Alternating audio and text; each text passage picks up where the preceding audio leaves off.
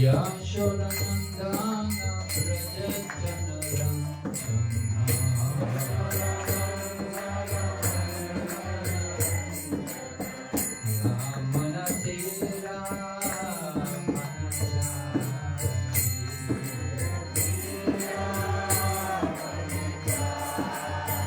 Yamanatira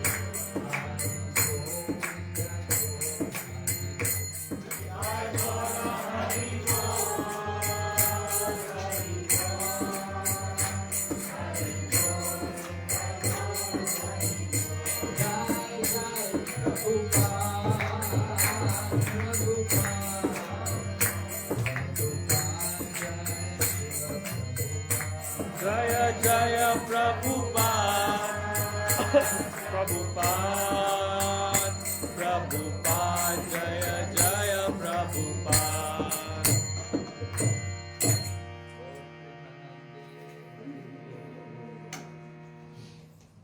Om Namo Bhagavate Vasudevaya.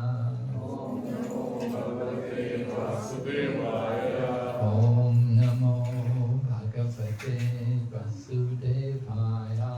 Om Namo Bhagavate Vasudevaya. Om Namo Bhagavate Vasudevaya. Om Namo Bhagavate Vasudevaya. Narayanam Namaskrityam Naram Chaiva Narottamam Devim Sarasatim Vyasam Tato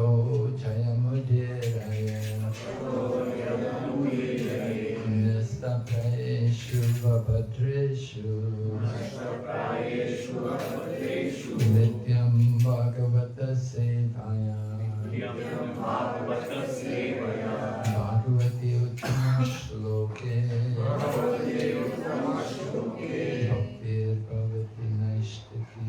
Bhakti Bhavati Naishtaki. So today we wanted to speak something about the glories of the Bhagavad Gita.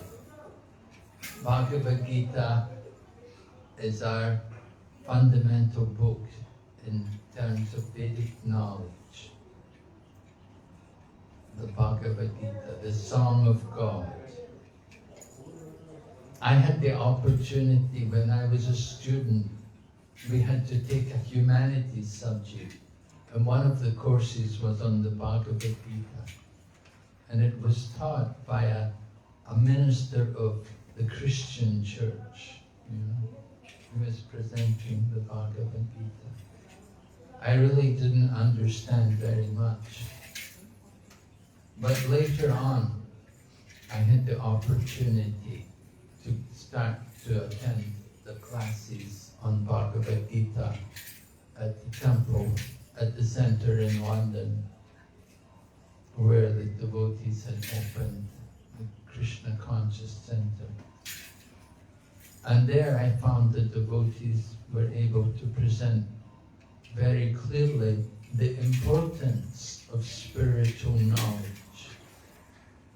Spiritual knowledge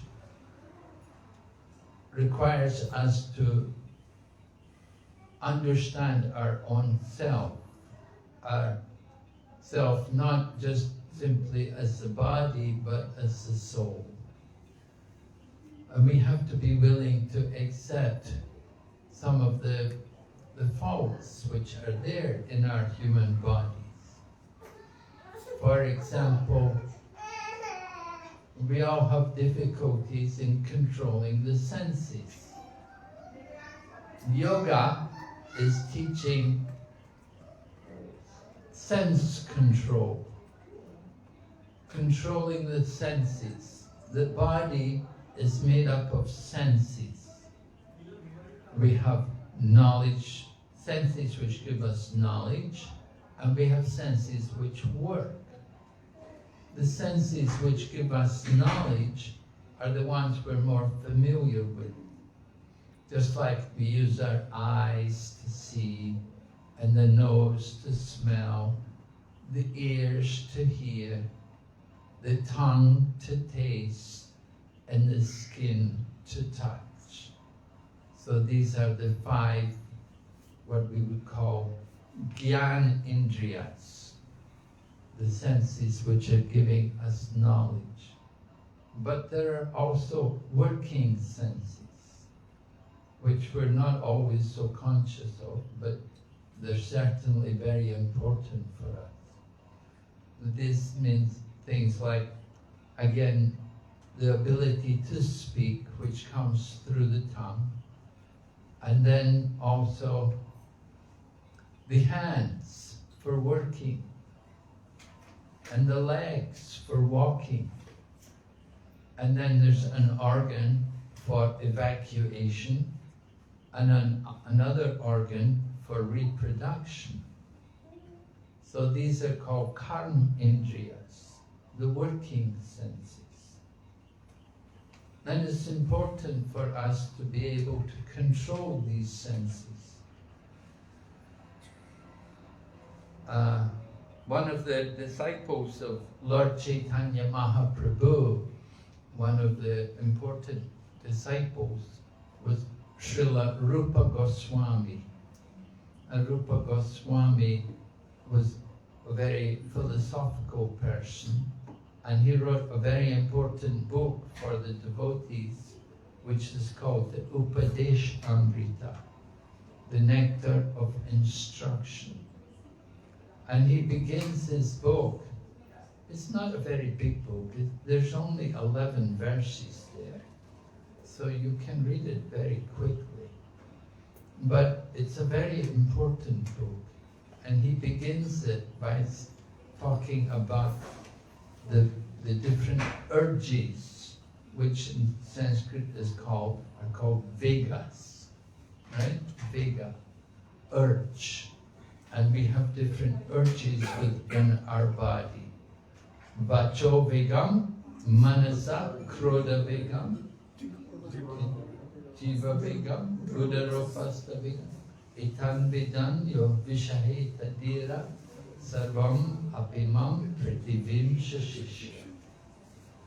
So he begins his instructions by talking about the different urges which have to be controlled in the body. One is the urge to speak. Speaking, of course, is something very important. But speaking can also be the cause of a lot of problems. Some people like to do monavrat. At one point I was living in Calcutta, in the Calcutta temple there, in Albert Road. So one of our life members, he was quite a successful businessman, he had a big company, but he had a policy. Every Sunday he would do monavrat. He would not speak, he would not utter a word the whole of Sunday. Rest of the week he would speak a lot. He was running a company, you know, he was a businessman, he was very busy. So he had a lot. But Sunday he made a vow, monavrat. And I remember also when we opened the temple in Surat, over in Gujarat, we had a place there in Surat, just near to where our temple was. There was a place where people like to come. They like to come and they'd be given a room and nobody could disturb them. They would just stay in the room. And there was no phone calls and there was no visitors. And the food would be given to them. The food would be given to them through a little window or something. So they would not see anyone or hear anything. And it was so popular. People liked to come and spend days there just to get away from the world. They liked that silence, that solitude. Of course, they didn't stay there forever, but for a few days, you know, sometimes even maybe somebody would stay for a week. But that would be about as long as they could tolerate. Because it's unnatural. It's the nature of us that we like to speak, because speaking is how we communicate with each other. It's just a matter of what we communicate. That is something which has to be controlled. It's not that speaking itself is wrong, but it's communication. What we communicate is often a problem. So Rupa Goswami speaks about controlling the tongue. Bhagavad Gita also is talking about yoga. And yoga is concerned with sense control. It begins with sense control. The whole process of yoga. We have to control the senses. And one of the senses is the tongue. And trying to do it artificially by stopping speaking, that is unnatural.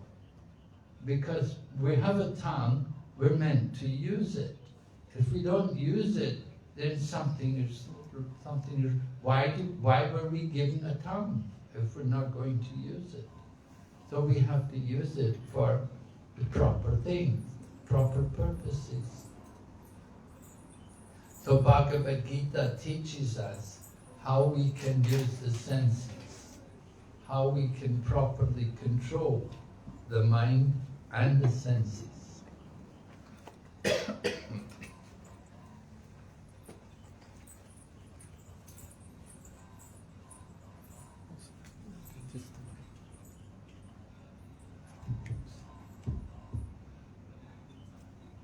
So controlling the urges, controlling these senses, this is certainly very helpful for a person to progress in yoga.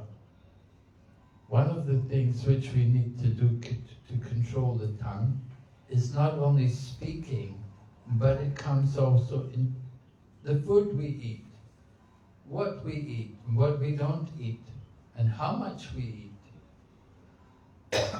Therefore, in the Bhagavad Gita, Lord Krishna talks about the importance of regulation. Again, sense control. We have to be regulated in our activities. It's very helpful if we can be regulated in our eating and sleeping. For young children, it's very helpful for them to be regulated, to get into a fixed program, certain time they go to sleep, a certain time and they wake up, and they become regulated to a lifestyle. Going to school and so on, there's regulation. A time to start the school, a time to go home. So the body is meant to be regulated. Regulation helps us to control the mind. It's important for us to control the mind. In Bhagavad Gita, Lord Krishna describes the mind can be the friend, the mind can be the enemy. For one who has conquered the mind is the best of friends. And for one who has failed to do so, his very mind is the greatest enemy. So we have to learn how to control the mind, how to regulate it. So in this age, which we call the Kali Yuga, because it's, well, the Vedas describe there are 4 ages, and we're in the 4th age. The principles of religion are very less. Initially, in the golden age, the Satya Yuga, everyone was pure and pious and religious, and they followed all the religious principles. But as we progressed through the different ages, the qualities of people declined until we come to the present age, this age of Kali, where religious principles are practically almost lost. So it's important for people to control the mind. When the mind is controlled, then the senses will be controlled. How to control the mind? We have to have the proper activities which will allow us to focus the mind, to keep the mind stable and to keep the mind peaceful. It's important also, just like the food you eat, it will influence the thinking of the mind.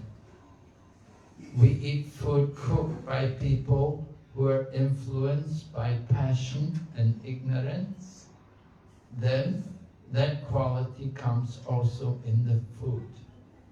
Just like diseases can be transmitted from one person to another by contact with the person, so also consciousness can be transmitted from one person to another.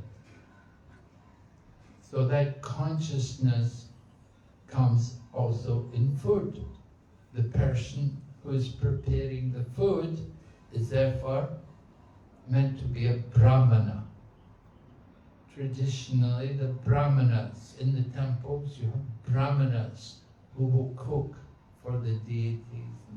The Brahmanas are meant to be the symbol of goodness. They're meant to be pious and religious people who practice the principles of religion. They're meant to show the example to others by their character and behavior. And they're meant to guide and help other members of society. So the Brahmanas are like the head in the social body. You have the Kshatriyas, their job is protection. The Vaishyas, to produce the food. Now they're like the belly. And the Sudras, the workers, they're like the legs. So the Brahmanas are like the brain or the head in the body. They're meant to give the direction for the benefit of people, materially and spiritually. They're meant to help us to understand how we can be successful in both. We need to have the material life. We're living here in this material world. We have to perform certain work, certain duties. At the same time, we have a spiritual purpose in life. So the Brahmanas are meant to direct. And their directions are meant to be according to Shastra, according to scriptures. So Brahmana is meant to be a person who has knowledge. Where do you get the knowledge from? You get it from the scriptures. So in this age, we don't find many Brahmanas. Even people who are claiming to be Brahmanas are often not up to the standard of Brahmanas. And they may deviate drastically from the principles of Brahminical culture. Therefore, we have to also check with the help of Shastra what is proper, what should be done, what should not be done. The Shastras are there to guide us. And we have to hear from books like the Bhagavad Gita. Bhagavad Gita is teaching about our own self, understanding the self as the soul, different from the body.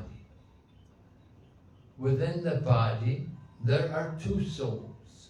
There is the Paramatma and the Jiva Atma. The Paramatma is there as the overseer and the permitter of certain activities. The Paramatma is described in Bhagavad Gita.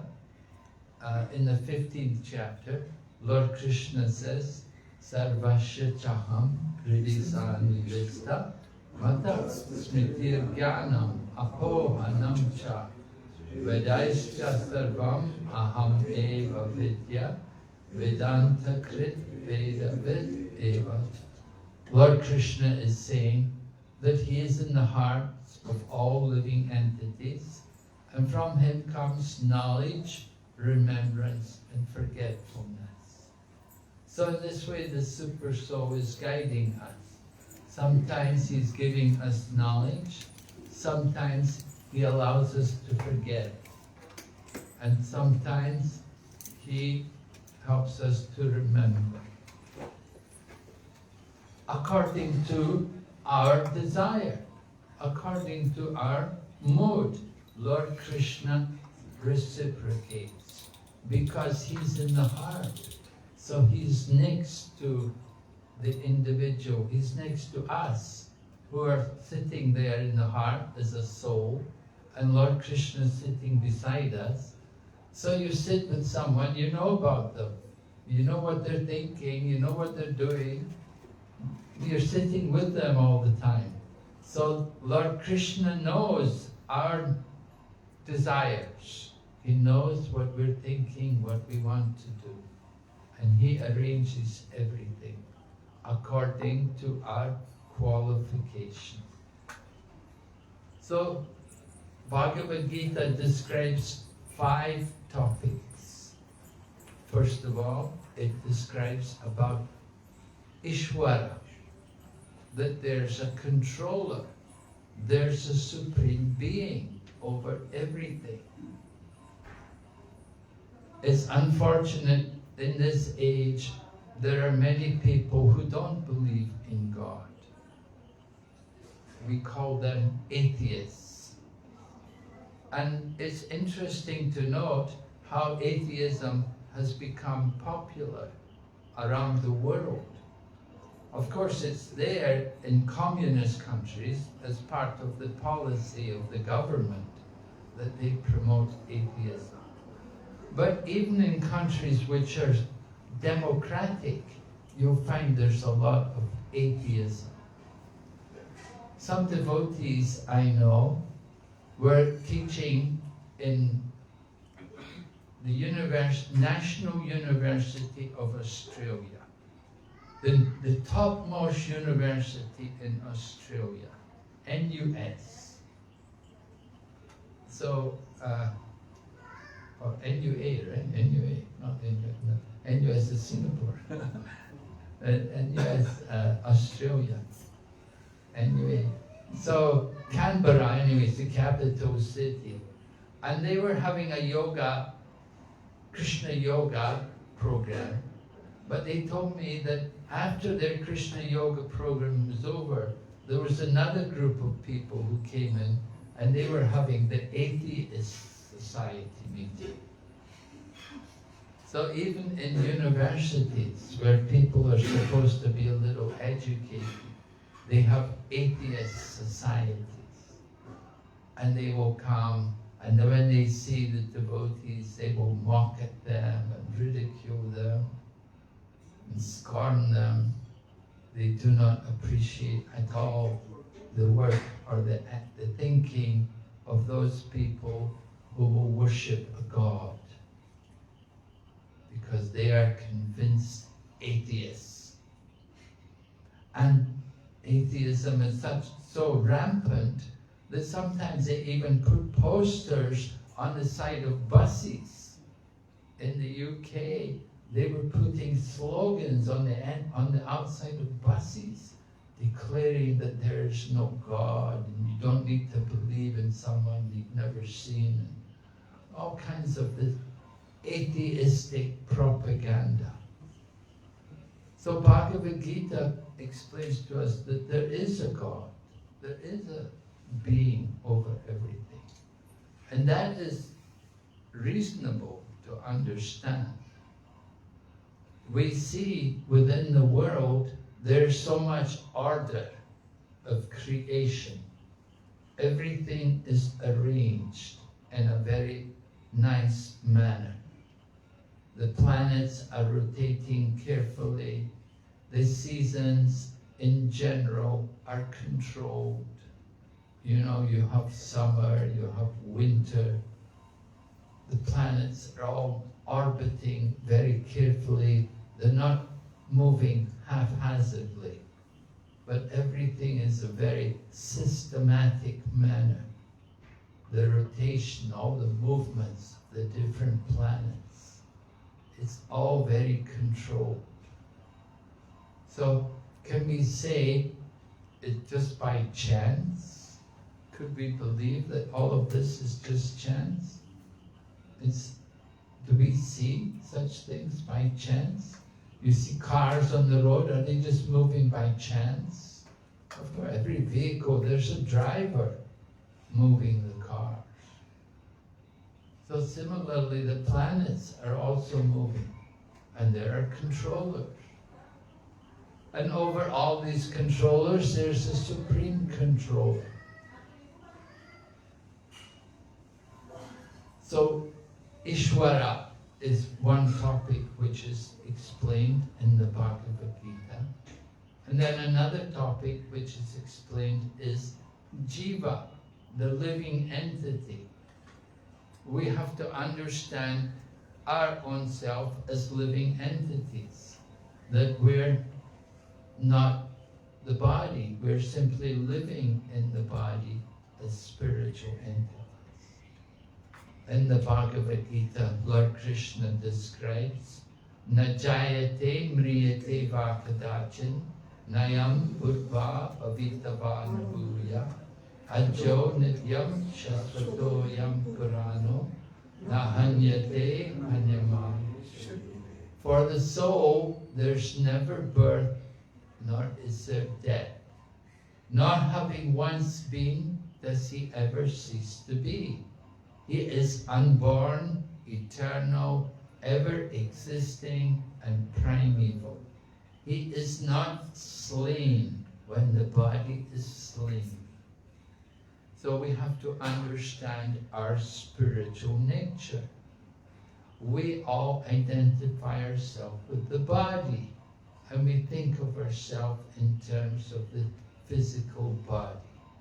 But that body is only the covering of the soul. In the Bhagavad Gita, Lord Krishna describes Vachamsi janani yata vihaya navani krinati naroparani tata sharirani vihaya janani anyani samyati navani devi. Lord Krishna is saying, just as we change the garments, we change also the body. The body is compared to dress. And just like in this life we have changed, the body's changed. From the baby to the childhood, to the youth, it grows. We come to middle age, we go on to old age, the body changes. But we are the same. We are the soul living in the body. And Lord Krishna is explaining this body doesn't take birth. Well, the spiritual body doesn't take birth and doesn't. The physical body is taking birth and dying. But the spiritual body is not. So Lord Krishna is directing our attention from the physical to the spiritual. There are two natures. There is the material or physical nature, and there is the spiritual nature.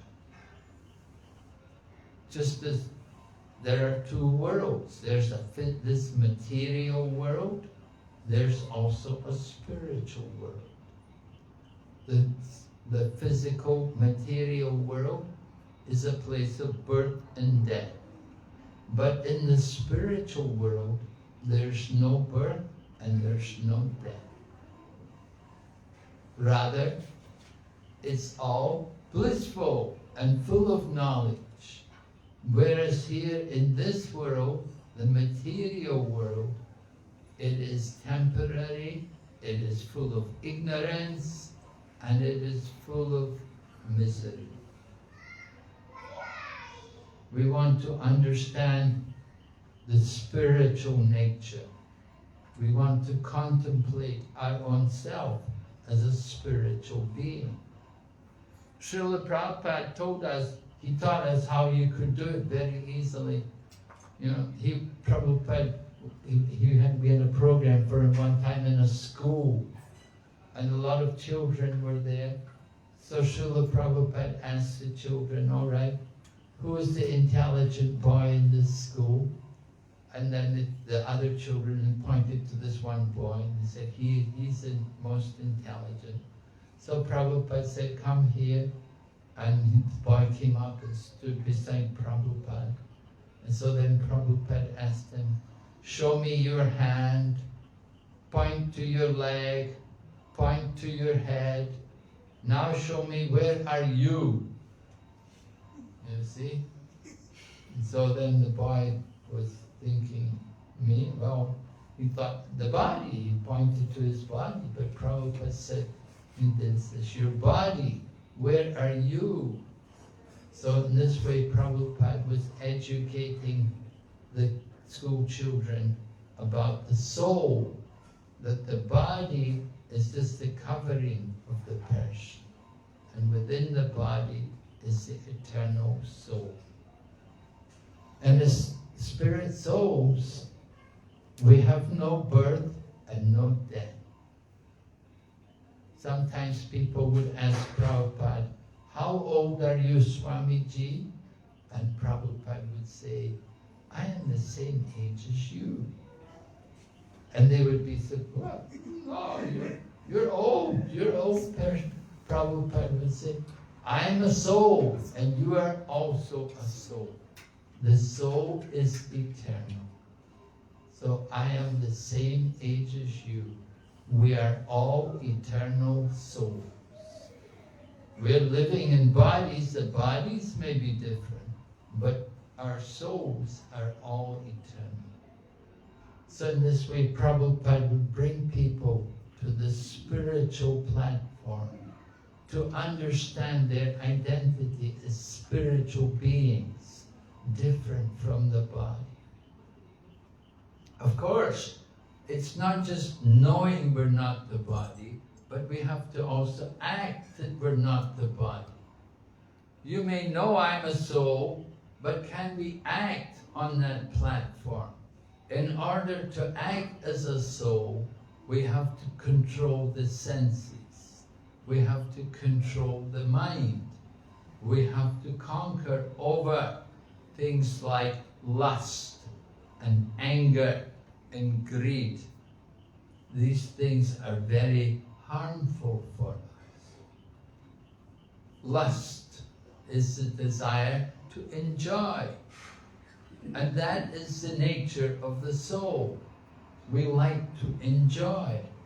Just as Lord Krishna. Lord Krishna is the supreme enjoyer.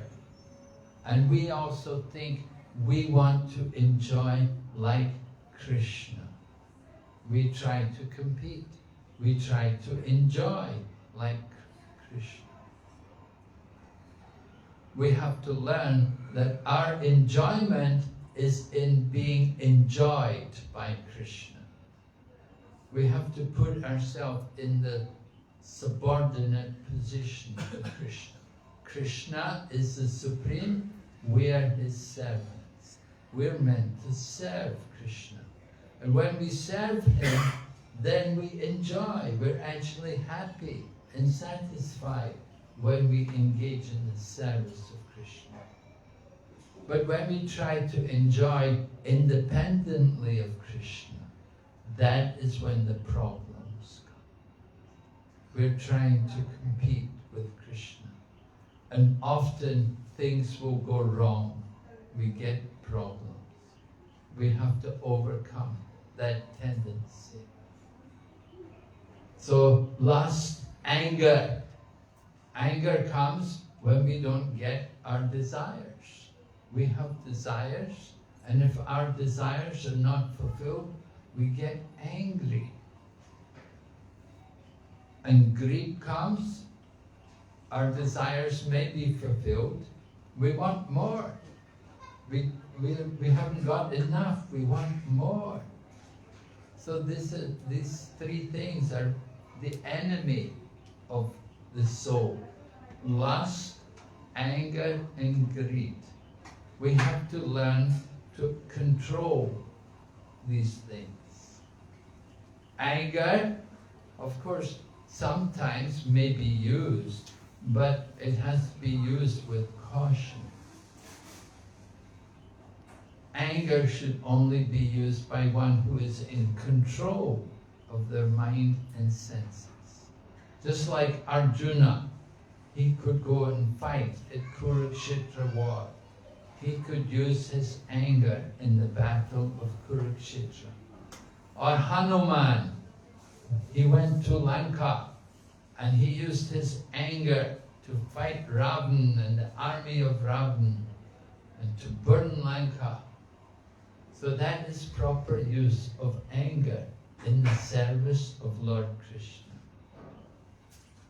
We should not try to use anger independently of service to Krishna. We should be very cautious to avoid these things. The Bhagavad Gita tells us 3 gates to hell: lust, anger, and greed. 3 gates into hell. And therefore, we have to be very careful. Of course, we are not eager to go to hell. That doesn't sound very nice. But for a devotee, of course, a devotee who is pure, like Prahlad Maharaj, he can go anywhere. He doesn't see any difference between heaven and hell and liberation. He sees everywhere the same, because wherever he is, he will be engaged in his Bhakti yoga. He will be engaged in chanting and hearing and serving Krishna. This is the nature of devotional service. You can perform Bhakti yoga anywhere. Even you're in hell, you can also be chanting, doing service for Krishna. It doesn't matter where you are. But we have to be in control of our mind and senses. We have to be free of lust and anger and greed. We may be greedy, we want to do more service for Krishna. So greed for the service of Krishna, that would be allowed. But again, you have to be careful that you can control your senses, not that you're controlled. Someone is controlling and most people are controlled by the senses. So we have to learn how to control the senses. And it is not stopping the senses, but it is using the senses in the proper manner. Learning how to use our senses for the satisfaction and pleasure of Lord Krishna. So devotees learn this art from association with other devotees. In the Bhagavad Gita, Srila Prabhupada writes about a great devotee named Maharaj Ambarish and how he was using all of his senses for the service of Krishna. But the very first thing he did was to fix his mind on the lotus feet of Krishna. So similarly, in our own practice of Bhakti Yoga, the first thing we have to do is bring the mind to the lotus feet of Krishna. Therefore, we will chant the Maha Mantra very carefully. And even before we chant the Maha Mantra, we will approach Srila Prabhupada, our spiritual teacher. We will beg his mercy to help us to come to Krishna. Prahlad Maharaj teaches us that we don't go to Krishna directly. Prahlad Maharaj did not go to Lord Nrsingadev directly. He went to Lord Nrsingadev through his guru. Right? The guru of Prahlad Maharaj was Narada Muni. Right? So by the grace of Narada Muni, Prahlad Maharaj was able to come to Lord Krishna, to the perfection of devotional service. So Maharaj Ambarish, he first of all fixed his mind on the lotus feet of Krishna. And then he engaged all of his different senses in different ways. He used his nose to smell the flowers. He used his eyes to see the beauty of the deities. He used his legs to walk to the temples and to dance in the kirtan. And he used his hands to clean the temple. And especially he used his ears to hear about the glories of the Lord and all of his pastimes. And he used his tongue to chant the name of the Lord also. All of his different senses were being used for the service of Krishna. Now Arjuna, in the Bhagavad Gita, Arjuna has a problem because he has a difficult situation. He's supposed to take part in the battle. And he thinks it's not appropriate. He thinks this is not proper. He would rather avoid the battle. But Lord Krishna tells him that you have to work. You have to do your duty. And Lord Krishna encourages Arjuna that he should perform that duty in the mode of detachment.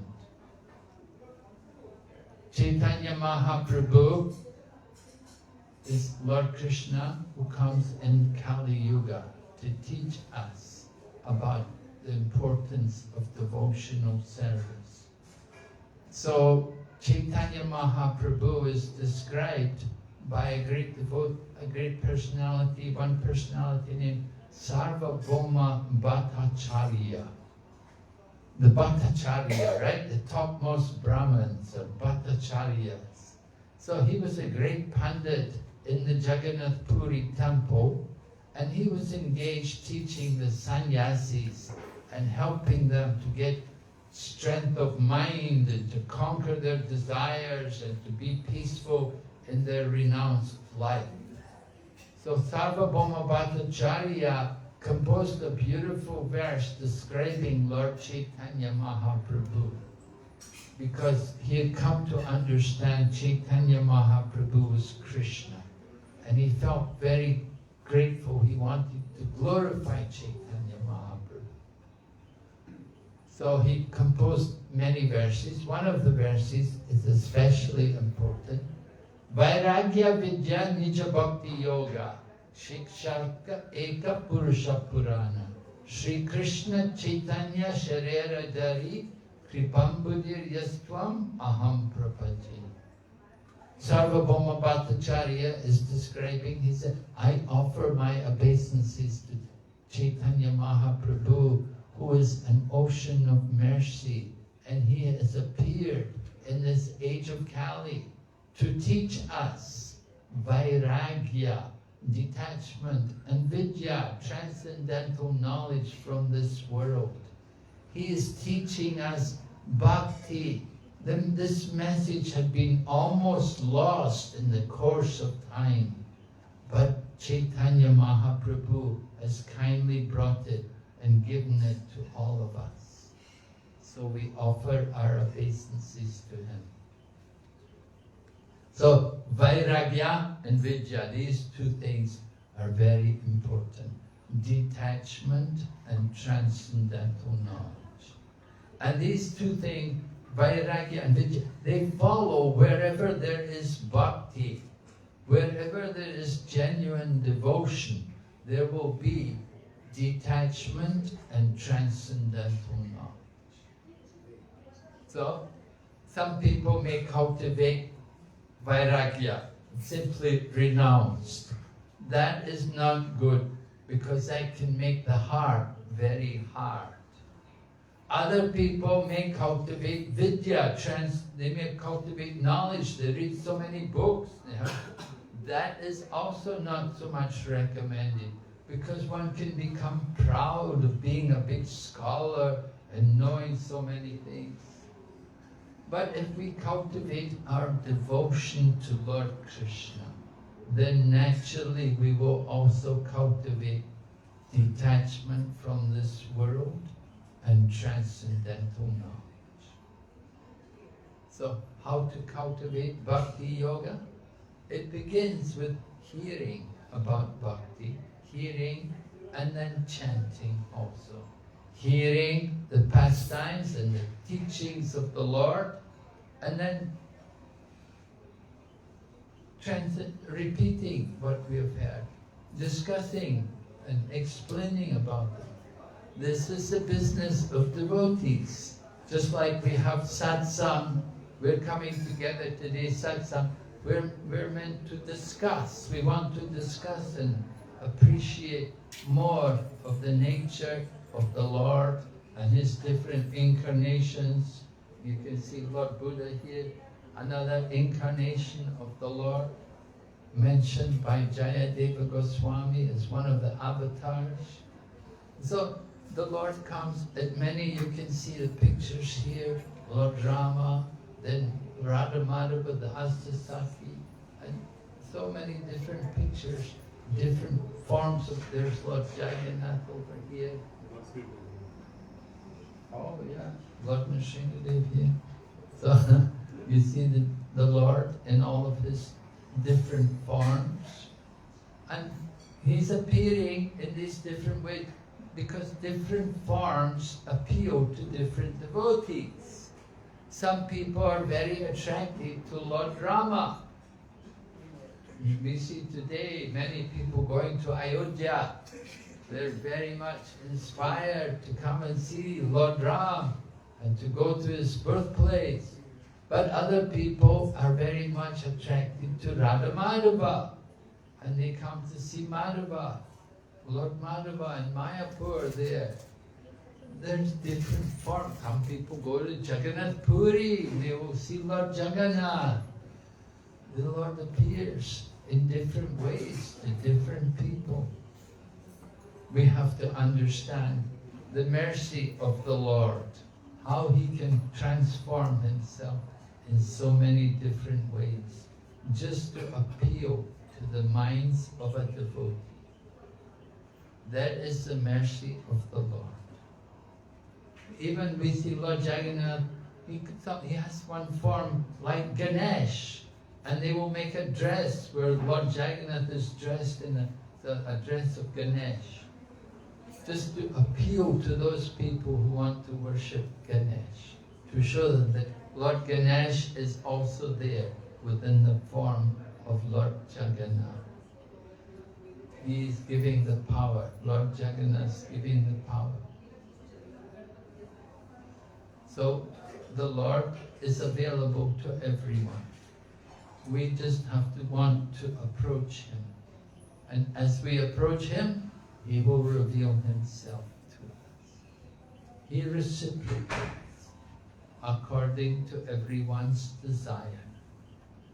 You want to know him, he will make himself visible. You want to reject him, he will cover himself. He does not force people that you have to love me. If there was force, then there's no love anymore. So real love is not based on force, but it's based on genuine surrender and devotion. So in this way we understand the teachings of Lord Krishna. Are there any questions? Anybody comment?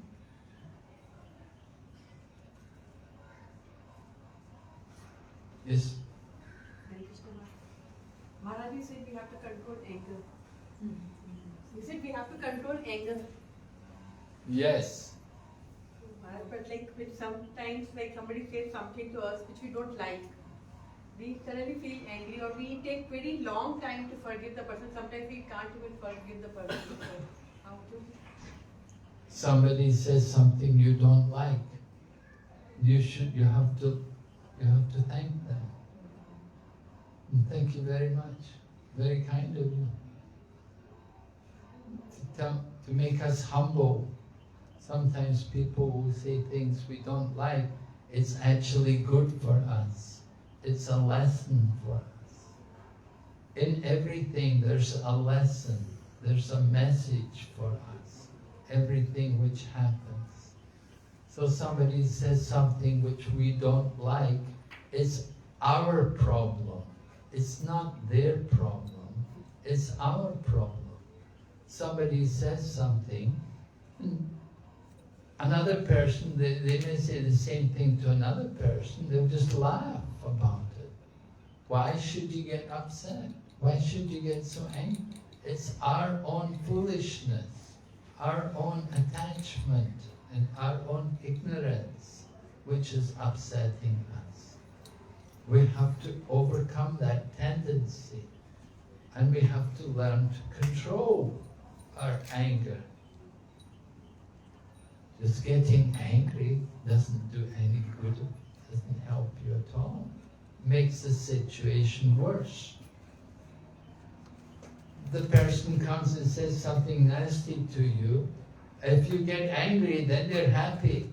I upset them, I made them angry, they'll feel, but if you laugh and smile about it, then they'll realize that, oh, no, I don't need to say anything to this person anymore, I can't make them angry, I can't disturb them. So they won't bother. If they know they can make you angry all the time, they'll come and say more nasty things to you, just to make you angry all the time, because they know you get so angry. So they'll come again and again and make you angry. But if you don't get angry, if you just laugh and say, thank you, you're very nice of you, then they won't come again, because they know they don't upset you. You don't get angry. So you have to learn to deal with all of these different situations. Person who glorifies you, oh, that's not good for you. Somebody glorifies you. We don't want to hear that, because that will increase our ego, our false ego. We'll think, oh yes, very nice. And some, we like to hear ourselves praised. You don't like to hear yourself criticized. But actually the criticism is a good thing for us, because it will help us to improve. But if you're praised, you'll think, oh, I'm perfect, I don't need to improve, I'm already good. It doesn't do us any good. In fact, it's harmful for us to be praised. So it's better to be criticized than praised. The person who criticizes you, he's your friend. And the one who praises you, he's your enemy.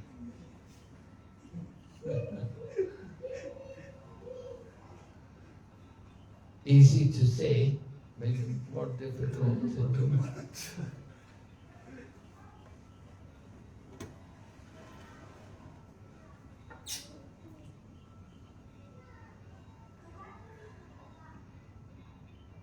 Yes, brother. Maharaj, I have one question with regard to your yesterday's class. Can I ask you? Maharaj, you gave His Holiness Subodh Maharaj's example in the class. His parents sent him to UK just to avoid the Krishna consciousness, because when he was in Calcutta, he was going to the temples. But after going to UK, he became a devotee of Krishna consciousness. So that was his destiny, or that was his free will? How do we understand that? That was his destiny or free will? His destiny or his free will? Destiny or free will? Well, yes, everyone has free will. Our free will is either to surrender to Krishna or surrender to Maya.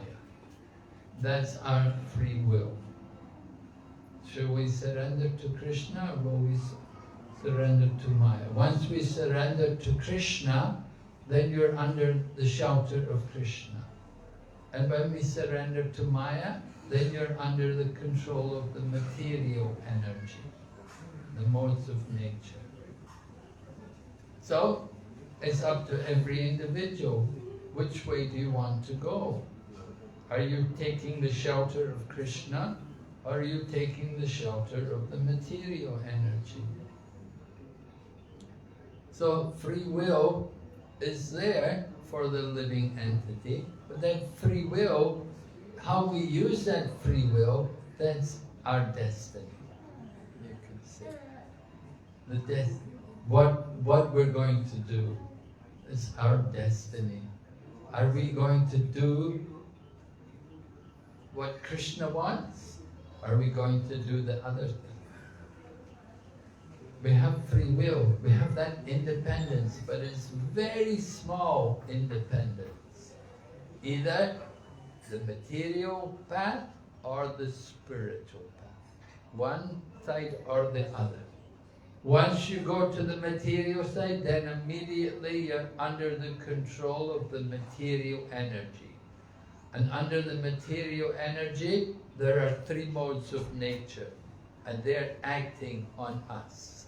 And we're affected by the three gunas. when we go to Krishna, then we're under the shelter of the spiritual energy. Bhagavad Gita, Krishna says, Mahatmanastu mampata daivim prakriti mashata. Those great souls who are engaged in my service, they're under the protection of my divine energy. So those who surrender to Krishna, they're under the divine energy. They're not under the modes of nature. A devotee does not suffer karma. A devotee is under the shelter of Lord Krishna. It's not karma. You know, when the devotee gets some disease or when he does something happens to him, it's not karma because he's a devotee. He's surrendered to Krishna. It's the reaction of Krishna. Krishna's arranging these things just to help him to become even more Krishna conscious. Krishna arranges, may put him in some distress or some disease condition just to help him to become more Krishna conscious. And we saw, like you can see in Srimad Bhagavatam, the example is there of Chitraketu, how Chitraketu joked a little bit with Lord Shiva. Lord Shiva was sitting with Parvati, and he was sitting with his arm around Parvati, but there was an assembly of sages all sitting in front of him. So when Chitraketu Maharaj came, he was surprised because he saw Lord Shiva sitting embracing his wife, but he thought it's unusual. Usually a man will not embrace the wife in public, not in front of so many people. It's unusual, and particularly Lord Shiva, who is especially known to be renounced. But he was sitting with his arm around Parvati, and there were so many people sitting in front of him. So when Chitraketu Maharaj saw this, he laughed, and Parvati, Lord Shiva's consort, didn't like it. So she cursed him to become a demon, that you don't behave nicely, you should become a demon. And Chitraketu Maharaj, he accepted the curse. He fell at Parvati's feet and said, "Thank you, mother." He said, "Thank you."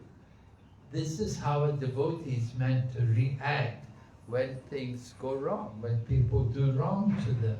Somebody curses you, you can say thank you. You don't say, "You curse me, I will curse you." That's not devotee, right? Devotee will tolerate. So Chitraketu accepted the curse, and he became a demon, but in the body of Vritasura. Although he was in the body of a great demon, it gave him the chance to finish off his karma and to go back to Godhead. He could go back to Godhead to be with Lord Sankarshan, because Chitraketu was a devotee to Lord Sankarshan. So he went back, he got liberated. He could go back to the spiritual world by the grace of that curse. That curse was beneficial. It helped him to go back to Godhead quicker, because he'd been in the material world for a long time. And he'd been enjoying the material world. He wasn't even thinking about going back to Godhead. But when he got cursed to become a demon, then he thought, now finish this, get rid of this body, go back to the spiritual world. So, like that, we should understand there's always some good. Although somebody may say something bad to you, you should think it's for my benefit this is happening. No reason to get angry. And Chaitanya Mahaprabhu teaches us we should be tolerant like the tree. Why we're not tolerant? Because of our ahankar. False ego. So we have to conquer over that. We have to be very cautious. Don't be angry. Don't get angry. Keep calm.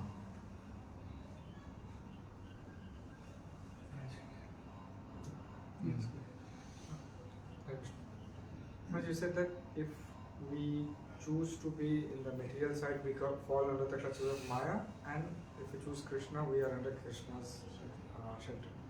But then there is also this factor of our inclination because of our previous conditioning, which forces us to behave in a certain way. How do we add that to this equation? That I may not want to do sinful activities, but my previous inclinations drive me towards those sinful activities. Yes, well, we have to understand what is proper and what is not. We have to hear what is the cause. Why are we doing sinful activities? Because of ignorance. So we have to cultivate knowledge. We have to hear what is proper and what is not. What you should be doing, what you should not be doing. We have to hear and then use that knowledge in the course of our activities. The inclination may be there to do wrong, but if we have the proper education, you know what is wrong, you won't want to do it. You know this is wrong. Why should I do it? I'm going to suffer. If I'm going to do wrong, I will get reactions for that. I'll get more suffering. I'll become more entangled in the material energy. So we should be very careful to avoid that, not to get entangled anymore in the material energy. We want to get free of the material energy.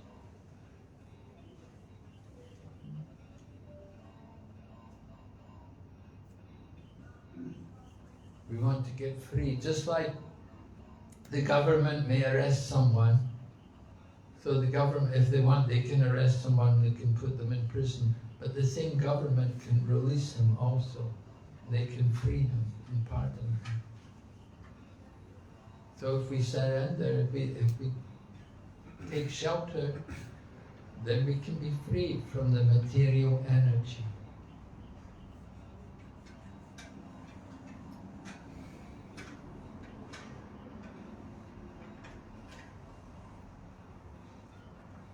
Okay, Hare Krishna. Srila Prabhupada ki jai.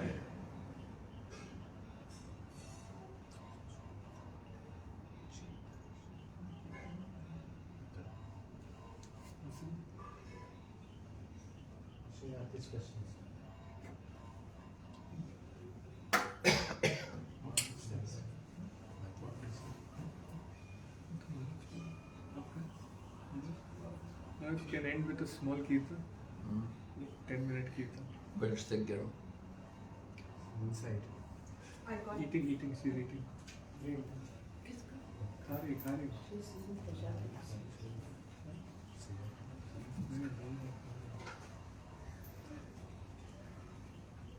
Thank you much. Glories, Bhakti, Vighna, Vinash, Narasimha Maharaj ki jai, Srila Prabhupada ki jai. Prabhupada's cartel, very good.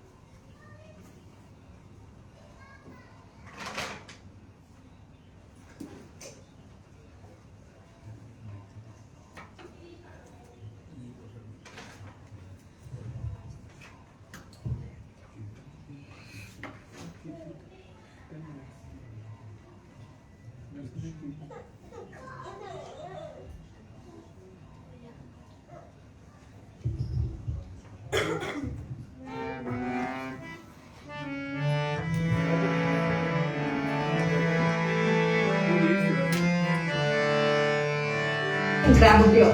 Shoes are surprisingly optional for many Australians and New Zealanders. When the running quick and Mobile got connected to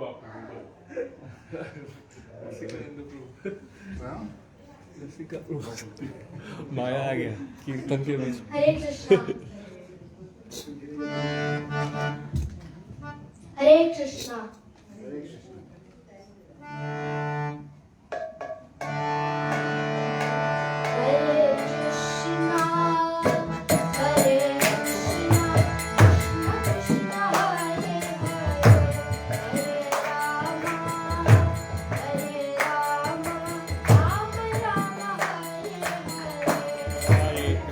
Krishna